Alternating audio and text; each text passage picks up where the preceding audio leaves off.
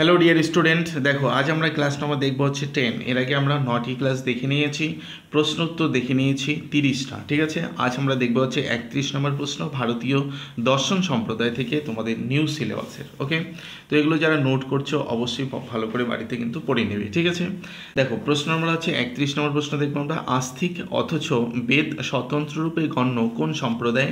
ভালো করে মনে রাখবে, সাংখ্য, যোগ, ন্যায় এবং হচ্ছে বৈশেষিক। আস্তিক সম্প্রদায় ভুক্ত কারা? আস্তিক সম্প্রদায় ভুক্ত কারা? আস্তিক সম্প্রদায় ভুক্ত রয়েছে সাংখ্য, যোগ, ন্যায়, বৈশেষিক, মীমাংসা এবং বেদান্ত দর্শন।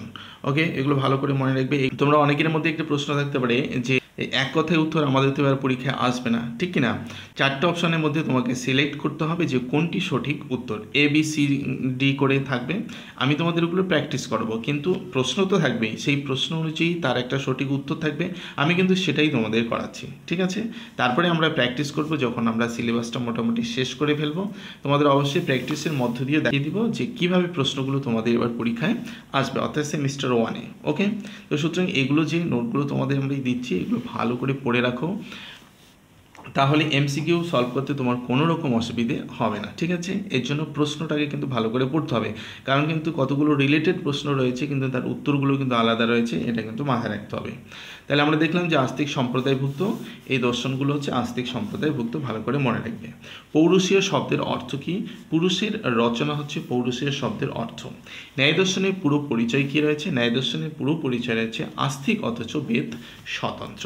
ন্যায় দর্শন হচ্ছে আস্তিক অথচ বেদ স্বতন্ত্র। পরে 35 নম্বর প্রশ্ন, অপৌরুষীয় বলা হয় বা অপৌরুষীয় কাকে বলে? বেদকে বলা হচ্ছে অপৌরুষীয়। পরের প্রশ্নে দেখব, মীমাংসা দর্শনের পুরো পরিচয় কি? আস্তিক এবং পুরোপুরি বেদ নির্ভর। ঠিক আছে, আস্তিক এবং পুরোপুরিভাবে বেদ নির্ভর। পরের প্রশ্ন দেখব, বেদের জ্ঞানকাণ্ডের ওপর প্রতিষ্ঠিত কোন সম্প্রদায়? বেদান্ত সম্প্রদায়। পরে দেখব, যোগ দর্শনের অপর নাম কি? যোগ দর্শনের অপর নাম রয়েছে শেষর দর্শন। ঠিক, বানানটা দেখে নেবে, দন্তস্বয়কার, তালবিস্বয় বা বসনরা। পরের প্রশ্ন দেখব হচ্ছে, কোন দর্শনকে লোকায়ত দর্শন বলা হয়? ভেরি ভেরি ইম্পর্টেন্ট প্রশ্ন।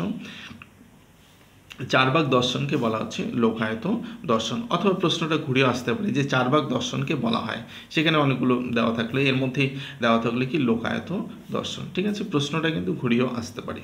পরে 40 নম্বর প্রশ্ন দেখব হচ্ছে, সাংখ্য দর্শনের প্রণেতাকে বা সাংখ্য দর্শনের প্রতিষ্ঠাতাকে? মহর্ষি কপিল হচ্ছে সাংখ্য দর্শনের প্রণেতা। রাইট, তো আমরা 40টা প্রশ্ন দেখে নিলাম ভারতীয় দর্শন সম্প্রদায়ের উপর, এবং ভারতীয় দর্শনের যে ধারণা এর উপরে কিন্তু প্রশ্নোত্তর আমরা শেষ করে ফেলেছি। তো অবশ্যই সেগুলো করবে, তোমাদের সিলেবাসটা অতি দ্রুত শেষ করার চেষ্টা করছি। তো চ্যানেলে নতুন হয়ে থাকলে অবশ্যই চ্যানেলটিকে সাবস্ক্রাইব করে ভিডিওটিকে লাইক করে দেবে, বন্ধুদের মাঝে শেয়ার করতে ভুলবে না। তাহলে চলো দেখা হচ্ছে পরের ক্লাসে।